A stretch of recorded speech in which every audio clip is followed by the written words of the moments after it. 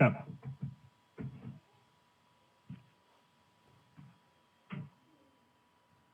All right, Aaron. We are live on the international web. On the international web. I like it. Good. Hope Awesome. everyone is well. I'm not quarantined. If you're asking about my background, I'm actually up in my son's room because my office is a little crazy right now, so I am not in quarantine. So sorry that for the change in scenery. If it offends anybody, I'm sorry. How are you doing? How was your weekend? It was good. Obviously, it was nice and relaxing yesterday with the storms that rolled through. We just kind of chilled, so that was nice. Yep. Again, full on working on the quarantine beard. Yep. That I think I got the same beard oil you got. I keep putting it in. It seems like it's getting smoother. I don't know. The wife hasn't shaved me in the middle of the night when I'm sleeping, so it can't be bothering her too much. Yeah, it's I got in the habit of combing mine every day in the oil, and then I also shampoo it in the shower too. So I got conditioner and make it nice and silky and smoothie. So or silky and smooth. So It may change us forever. I don't know. I told my wife that now that I've gotten it this far, I want to be able to sit here and just do this with it someday. And yeah, I'm not sure I'll be living in this house if I do that, but it's a thought. It's a goal. the old Willie Robertson style. That's right. Awesome. So your weekend? How was your weekend? It was good. We got our goat pen all cleaned out and got some gravel moved in there. I got halfway there, and I spent probably what did I start? I started about 9 in the morning, and I finished at 4 in the afternoon, all on that tractor. And I just 4 o'clock. I was like, I just can't physically can't do it anymore. Just it just takes so much out of you to sit on that tractor. And but we got a lot done before the rain hit. And like you yesterday, I about napped. I think probably most of the day yesterday, just because I was so damn tired from the night before. So got a camp out with my boys in our camper that we got out here. That was fun on Saturday night. Just kind of declared, I'm like, hey, we're gonna have a boys' night in the camper, so that's what we're gonna do. So that was fun. That was actually really fun. That was the highlight of the weekend, I will say. That's awesome. Yeah, we my two boys and we did that. I don't know, probably 3 weeks ago now. We don't have a camper. I'm a tenter, and we put the tent up in the side yard and hung out there. It's funny. They love it. So I look forward.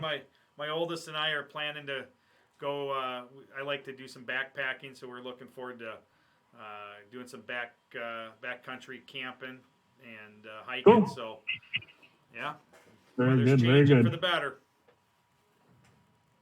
Very good. Awesome. Well, let's dive in. This is fun. This is start of book number 2, which is awesome. We finished book 1, moved on to Good to Great.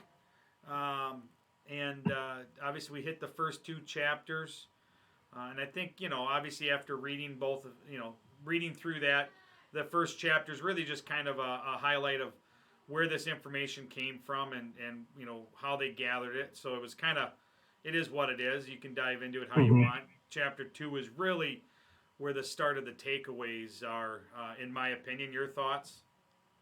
Yeah, exactly. What I really liked the comparisons between the first book and this book was they have a very similar narrative to them, where they are analyzing either groups of people or companies, which I really like, because that's I think one of the greatest factors in how you learn is by studying from other successes and failures, whether it's personal or business. You learn so much from other people's stories, and so it's really pleasing to see that these 2 books are right in line with each other in that aspect. So good to see. Yeah, and I one of the things that can be tough with Good to Great is that you start to read who they're following, right? When they pick out the companies that went from good to great, we're talking Kimberly-Clark and Walgreens, and you're going, my God, those things, they're Fortune 500 companies, and they make a very good point in there that they chose or it's easy to do I shouldn't say easy, but it's easier to do the research and get the data because they're publicly traded, right? So the information's public. So I guess what I want to get to, or where I'm trying to go, is that book isn't specific to just if you're a Fortune 500 company. It's Right. This is any company. It's just they were able to collect the data much easier with those types Mm-hmm. of companies. So yeah, the principles are the same, no matter if you're a Fortune 500 company or a mom and pop shop. The principles are exactly the same. yeah, There's no thought train that, Walgreens can do this because they have this big pot of cash that they're sitting on, so they can do these things. Complete falsehood. Anybody can do them. yeah. Give me 1 second. We got a couple guys trying to get on the book club here. Let me. Gotta let them through the gateway. Gotta let them in.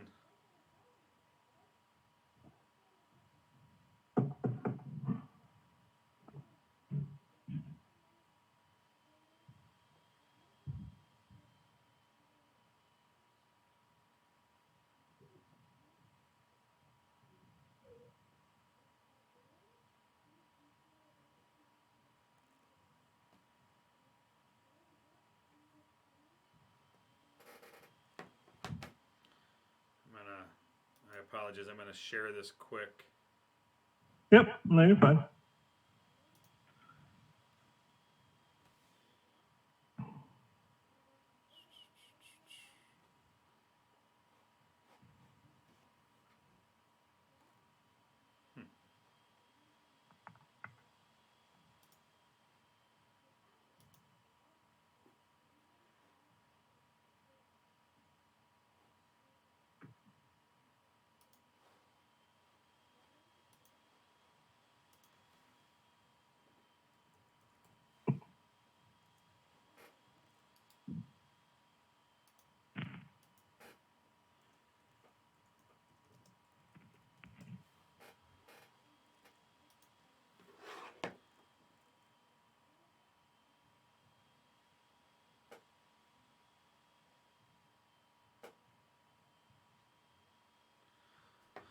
All right, got that taken care of. Okay. So yeah, jump onto my slides here. Yeah, like you said, the principles are exact. It's the same, right? It doesn't matter the size of the company. It's taking the principles from this book that we're going to continue to go through, and even the last one, and implementing them, right? I mean, it's a strategy. Yep. Obviously from chapter 2, starting out with level 5 leadership and what that is, and the mindset behind that is extremely intriguing. And for those of you that know my past and know that I've worked for a couple other manufacturers, and in the natural stone world, I like to go back and think about the different leaders, and not only the presidents or the CEOs, but even the management that I dealt with throughout all those companies, and I place them on that, where they are or where they were as far as level 1, level 2, level 3, level 4, and if any of them were a level 5. And I would argue that I came across probably 2 that were right at that level 5. I would argue 2 them being at that point, which it's kind of unique, and I've had a couple level 1s and level 2s. I don't know. That was just kind of something fun for me to do. So, for those of you that have some of those experiences to think back and I don't know, learn from and take guidance from them is kind of fun. Yeah. No, it's exactly that's true, and it's always funny when you when you read a book and you start putting things together like that. When they start clicking for you, it's always a fun way to I think learn more and expand your learning. Is to try to plug in and say, hey, that that person is a level 5 leader. That's cool. That's great that you had that tie. It's really neat. When you get the chance to implement those mentalities and thought processes in your own career and life in general, right? I mean, you can take and embody that type of leadership. Yeah. So I don't know. Go ahead, if Aaron. If I'm on, the my favorite part. It's the flywheel. Your thoughts to level 5 in the first part of the flywheel here? Well, I think it was a phenomenal chapter. When you speak, for me, it was more affirmation on what a true leader is. I have read, probably 24 books on different leadership styles, different leadership mentalities. And this was another one that really solidified for me kind of what embodies a leader. And I like, this flywheel slide because it talks about all the chapters that are in the book. When I see this picture, the first thing that jumps out to me is the flywheel principle, because it's a journey. It's a recycling over journey. It's not a finish line type race where you're going to build up, and then break through, and then you're going to hit the finish line, and I'm done. No, it's a journey. You're going to get back on that wheel. You're going to circle back around. Whatever you're doing, whether it's a new journey in life, business wise or personal wise. So it's never really an end game type principle, which I like that. That's a really good way to think about it. Yeah. So yeah, this is a great graphic. This is one to hang on to, definitely. Well, and so it dives in, right? And this is where we kind of want to get in the conversation of the pyramid to level 5 leadership. What are those levels? And this is where I kind of went back to. It's this picture image that is where I, in my mind, all right, what type of leader have I had before, or where were they in their journey? And they're this chapter, and I love this book. I've read this book a couple times, but this chapter is always one that it'll humble you, or at least it does for me, because it makes me place myself in this pyramid. And thinking Right. back when I owned the design build firm, and had multiple employees and full-time and part-time guys, to where I was inside of that triangle, and think about where maybe some of my shortcomings were to try to get better. And I'll tell you, and I don't know, I may be jumping ahead in where we want to go with this, but one of the last paragraphs in the second chapter talks about,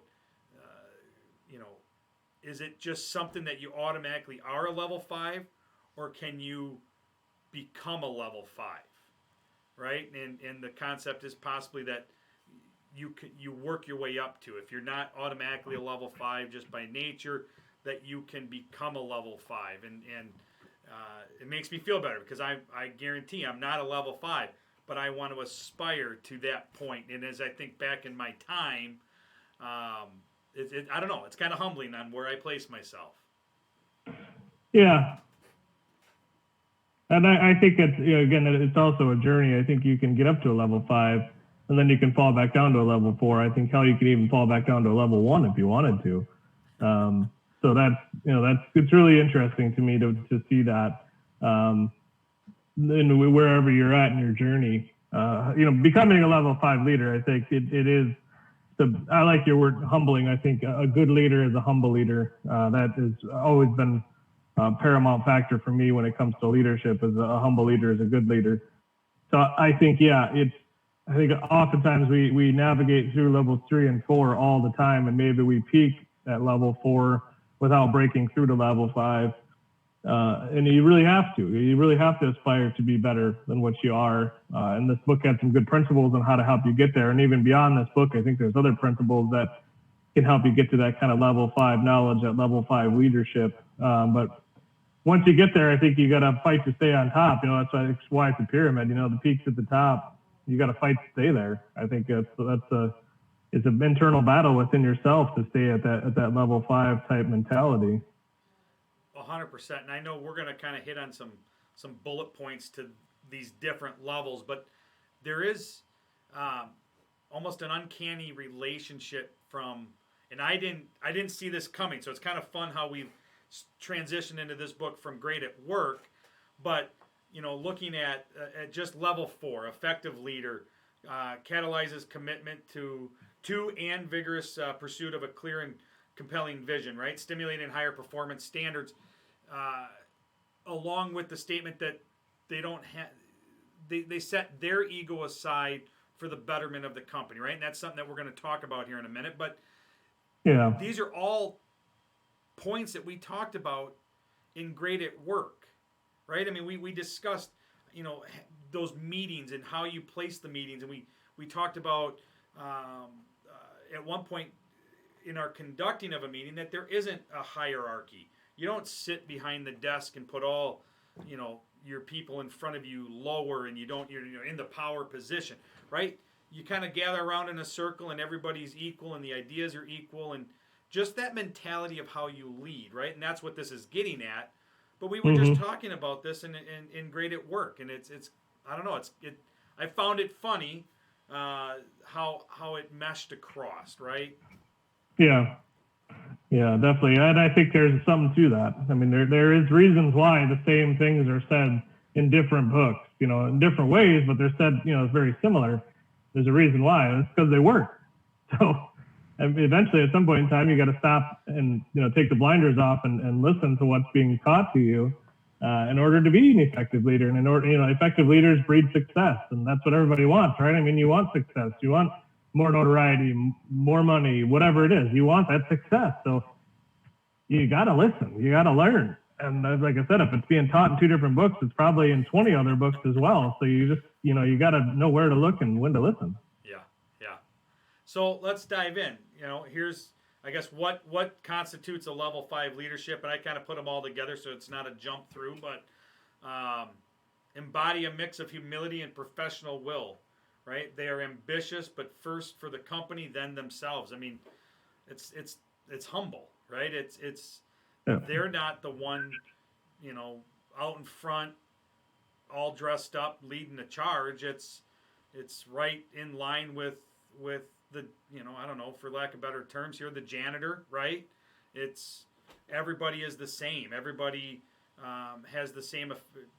You want everybody to have the same effect on the company, right? It's not one person is the reason everything succeeds.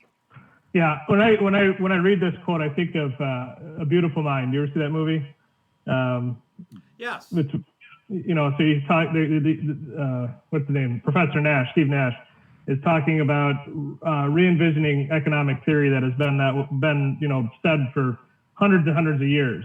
He revised what's his name? Adam Smith. Adam Smith said that the greatest success comes when those that within the group are working for the betterment of the group. And Steve Nash says, no, it's incomplete. It's incomplete. The greatest success of the group comes from those that are working for the betterment of the group and himself, which is very important. And that's what this is saying right here. In that second sentence, you are ambitious, but for the company, then themselves. You will never be good if you are thinking about one or the other. First of all, you will fail if you are thinking about just yourself. And second of all, if you're working for a group, that's good, but I think you will put a ceiling on yourself. You will not be able to break through those barriers. If you work for the betterment of the group first and then yourself second, I think you will smash those ceilings and you will be able to push yourself and the group to new levels that you've never even thought of before. And ambition just drives the statement that you have to have skin in the game, right? You have to be engaged to what you're doing. You have to want the same for the company as you. You know what I mean? Like, yeah. That ambition has to cross both sides. Otherwise, there's not really an ambition, right? It becomes just a job, and a job you don't make the same decisions. I don't know. That's yes. No, and that's very true. And I think your personal goals and your personal wills and wishes have to align not directly with your company's, but very, very closely. I did not know that until I joined Rosetta. I did not know that it was out there that you could work for a company that had close alignment with your personal values and your personal goals. I didn't know that. So if you have, control or dictation over what your company's personal goals are and values are, make sure that they are in line with your people and make sure your people are in line with yours. So, I say that kind of tender-footedly because sometimes the company's goals are not very good goals. They're not in alignment with their people, but sometimes it's the people that aren't in alignment with the company. They have to be in some sort of close harmony, I believe, for that success. If you're doing 2 different things, you're going to fight each other all the time. Yeah, 100%. and this is one that's it's unique, and I haven't had the excuse me, I haven't had the experience to do this personally as a leader, but set up their successors for even greater success in the next generation. Again, it goes beyond themselves, right? So it's getting rid of the selfishness of, and the book talks about it being the big dog mentality, that you have to be the reason the company succeeded. Make the success the reason of the company, right? I don't know. It just Yeah. No, and this strikes a bone with me because I've studied this many, many times. And what we're talking about is succession plans for business. And, I've read statistic after statistic about it. And it's actually shocking when you're talking about family business, the succession from generation 1 to 2 to 3 to 4. I think you'd be shocked to find out. I don't know that I should have pulled this, but, the exact statistic, when you look at that, I want to say it's almost like a 5 to 10% succession rate when you go all the way from Gen 1 to Gen 3. And I think there's a lot in play there. Some of it can be because of the market. Some of it can be, because your competition has, deeper pockets. But, some of the stupid reasons why some of these companies just don't succeed to next generations is because the generation before them has this ego, this God complex that I paid my dues, so now the company is going to pay me back. I don't care what happens in the next generation. It is just absolutely foolish, but you'd be surprised how many times it actually does happen. There is no thought of the next generation. There is no succession plan. There is no training. It's just take because I put in my time. Whatever your time is, great. You put in your time.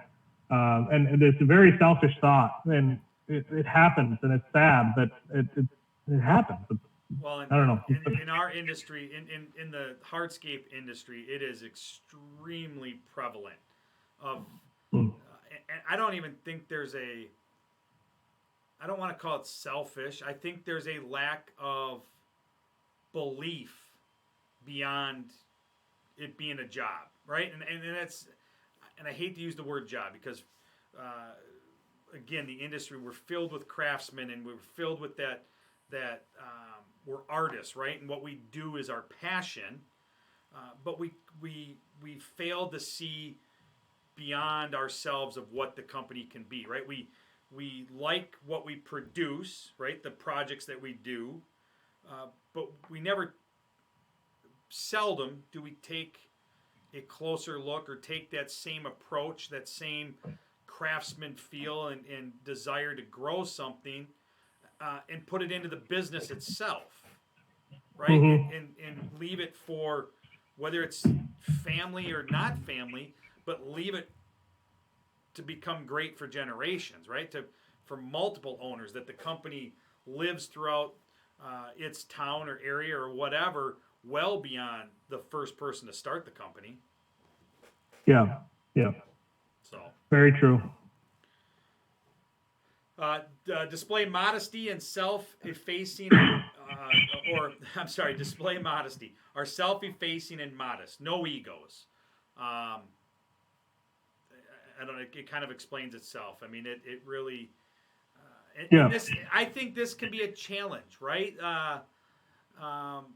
This is where I would say that a lot of us, maybe that are working our way to level 5, have to spend some time working. At least I know I'm going to be very upfront and honest and open the doors to my inner personality here. But there's a little bit of an ego, right? I call myself Hardscape Nate. I get it. But I like to think that the ego is not just for me to be better, right? It's beyond that. It's an industry mentality or an industry thought to help the industry. But I get it, without a doubt. I would say that this is probably where I need to work to be able to achieve my level 5. Well, and I don't think there's anything wrong with tooting your own horn, you do a great project or something. There's no reason why, it's a wrong thing to blast it all over social media. I did that. There's nothing wrong with that. But there's also, not having modesty at all. I mean, I remember when I was younger, I met a lawyer, and I got to be careful. He's probably not following, but if he is, I'm full legal disclosure here.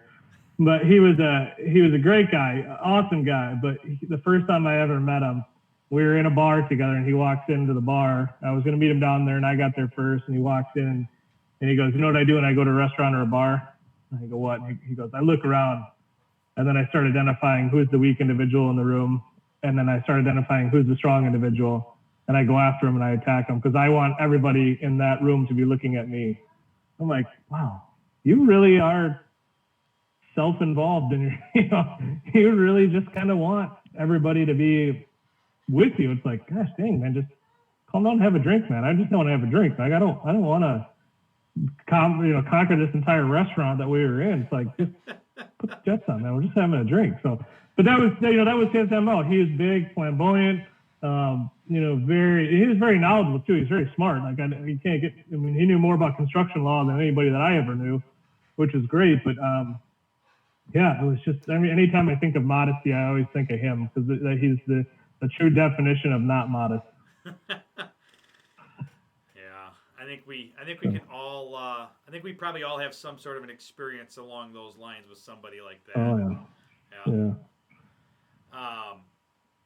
I think it goes right into that one.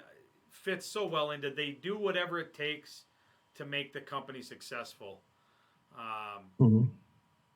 Because sometimes, and oftentimes, it's the hardest decisions, the ones that nobody wants to make or never see the light of day. Right? They're the tough ones that right.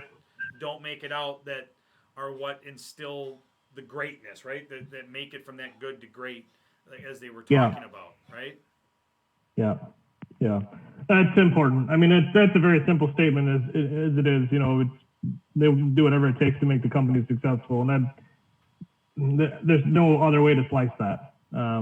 If you're in it for long haul, if you're in it for the true meaning and belief of the company, then you are going to do whatever it takes to be successful. And we don't need to provide examples. I mean, you all know what those examples are. I mean, we talked right in the last book about wielding the razor and doing smart work versus just staying busy. So I think you should at least understand that. Just because you go and sit at the office for 14 hours in a day doesn't mean that you're trying to make the company successful. You're just either trying to get away from your wife or you're just trying to fill time. But yes, I mean, you're doing whatever it takes to make that company successful. You're reading those opportunities.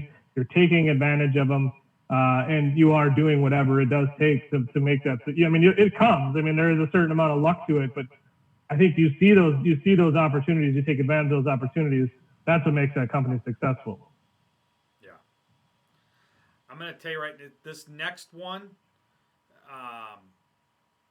this is mine. This is the one that really.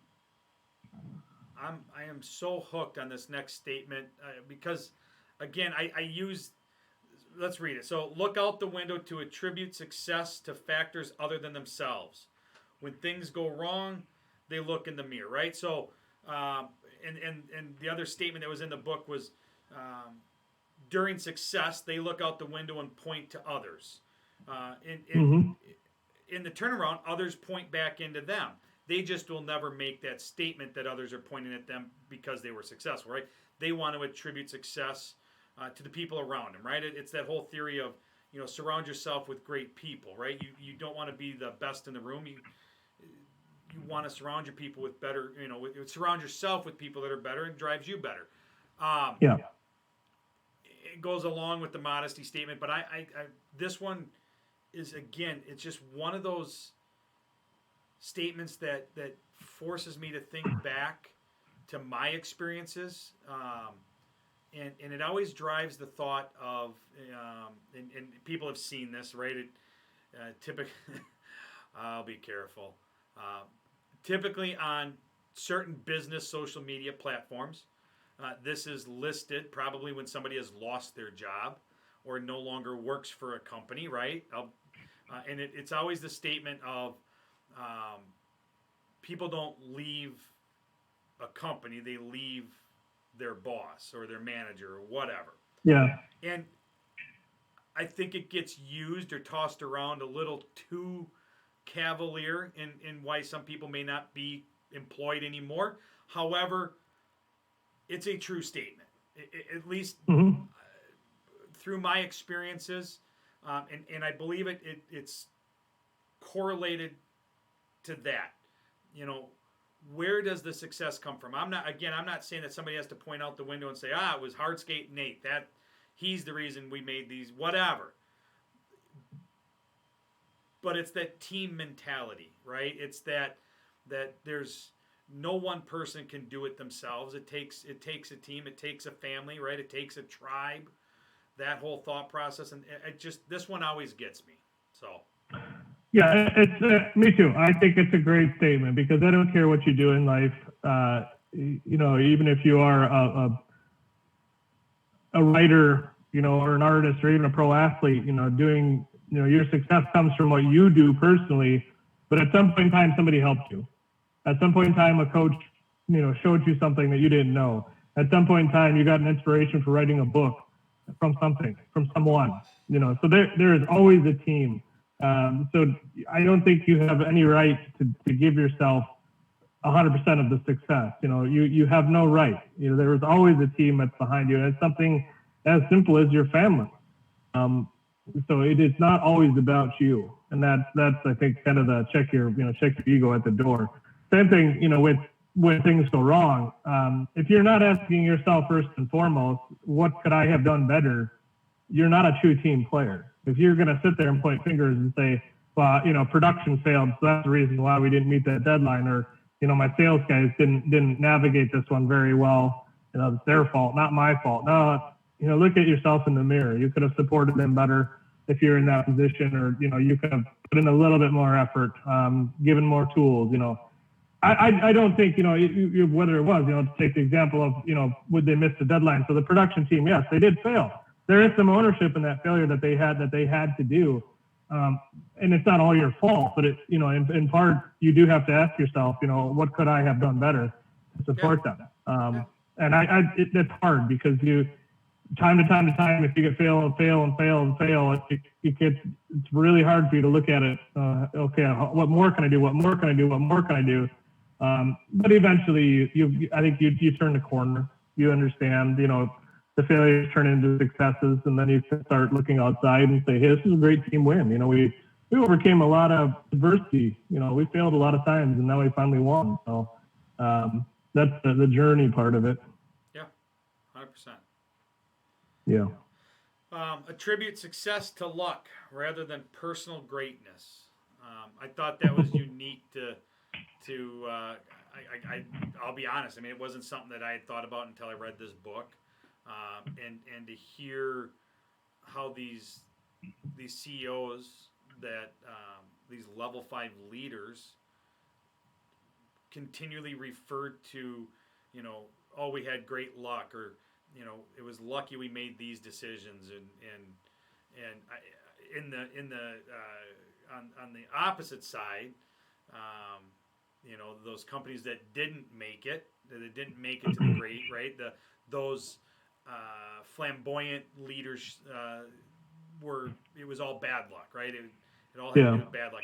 I thought it was unique how it was such a flip, and they both used luck as part of their statement, but just it's that glass half full, half empty kind of thing. Yeah, I had such an issue with this statement. I sat there and I read this over and over again, and I just hated it. I absolutely just hated it because I hate the word luck. I hate luck. I don't want to believe in it, but I have to, because there is a certain amount of luck. There is a certain amount of things that you just can't explain.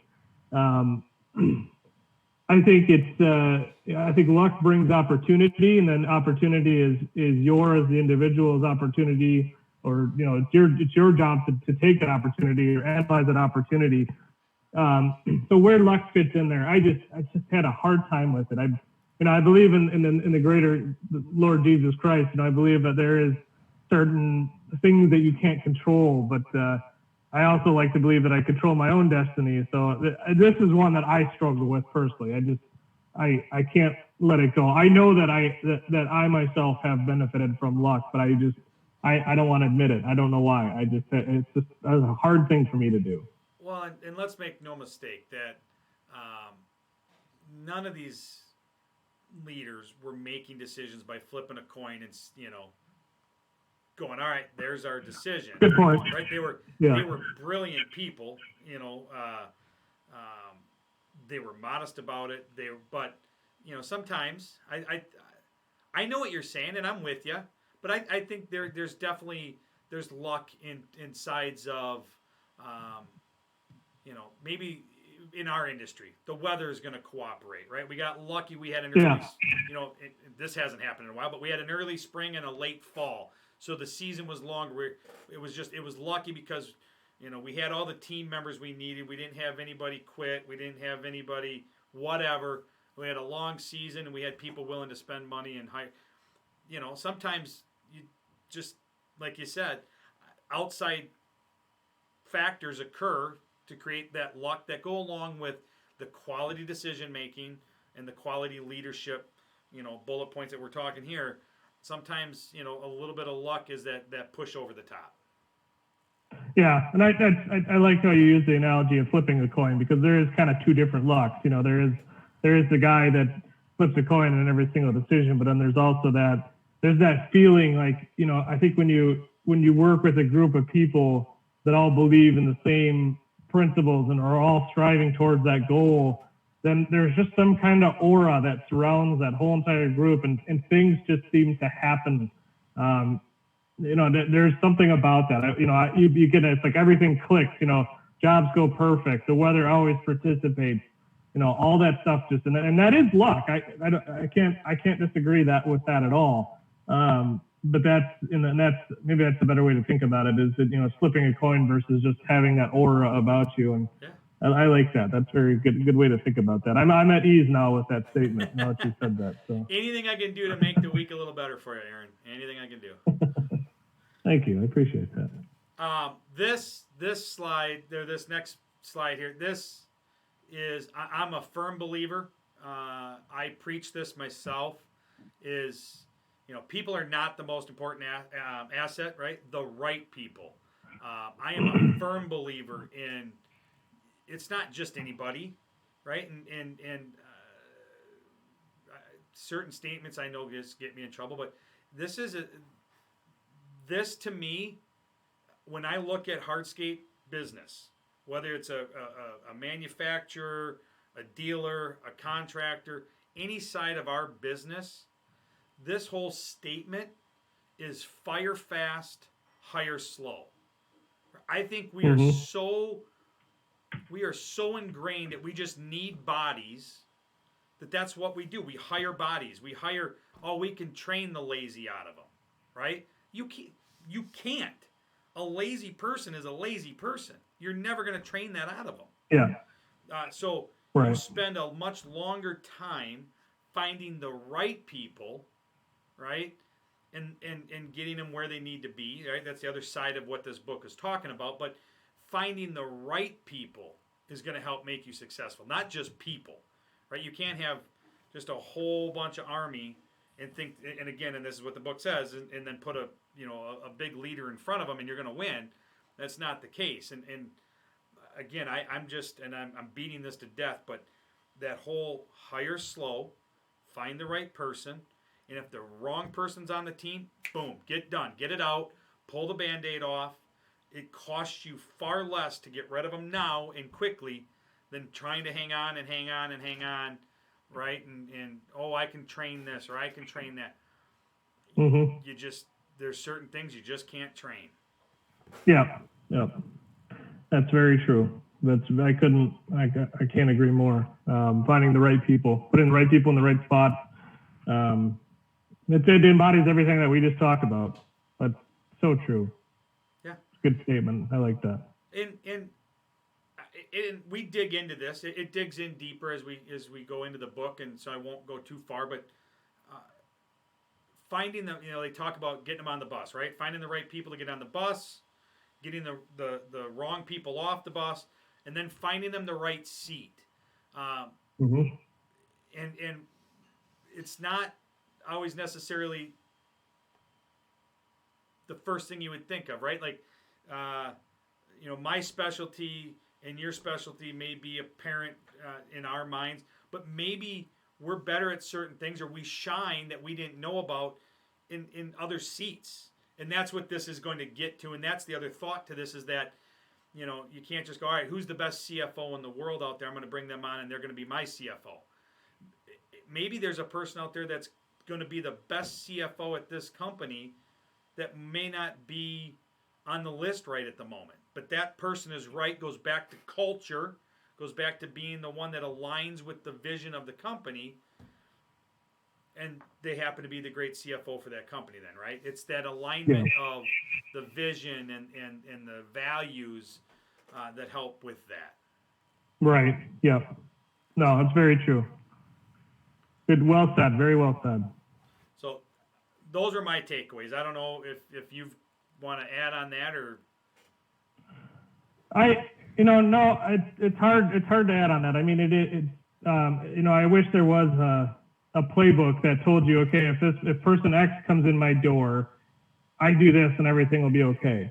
It doesn't exist. It is very difficult to have a position of power in a business, in a crew. It is very hard because we have that people aspect. People are the number one ace of spades, wild card, whatever you want to call it, out there. People are people. And you may have that person that comes in the door and their resume is this golden Willy Wonka ticket, but then they end up being a complete dud. More or less, you may find that you got somebody that's just got a whole slew of personal issues, personal baggage that they're bringing, and you know you're getting into it. But if you help navigate around that, they become a superstar worker. You just don't know. And furthermore, I mean, you hire somebody and you put them into a spot and they're struggling and they're failing, but then you move them to a different spot and all of a sudden they're a shining star. Yeah. So there is no playbook, and I don't have all the answers. I have experiences. You have experiences. That's why we're doing this whole thing, to share those experiences. And I think that's where you learn. Now, you can't take exactly what we're saying and then apply it tomorrow and expect to be successful the next day. It just takes time. It takes, and thank you all for who are on this and taking this time, because to me, that means that you want to better yourselves and you want to better your company. And I think that's what we're trying to do here, is trying to help from our experiences get to that point. And so I appreciate you all that are taking your time to listen in on these. It's great. It's awesome. Yeah. And you couldn't have said it better, right? It's about making ourselves better. Yeah, exactly. Awesome. Well, again, we're just getting into it, outlining the main concept of where the book is pulling its information, and that started Level 5 Leadership, and we're going to dig further in. And so next week, we're going to do Chapter 3, and it's at the moment, my favorite chapter. It's that first two, then what? So finding those right people and moving from there. So that's where we're going to take off next Monday, is Chapter 3. Tuesday. Monday's Memorial Day. Sorry. And I'll be grilling some brats or some burgers, so I will not be on that channel. So. Don't poke the brat, right? That key one on the grill, you don't poke that. You want those juices in there. Yep, exactly.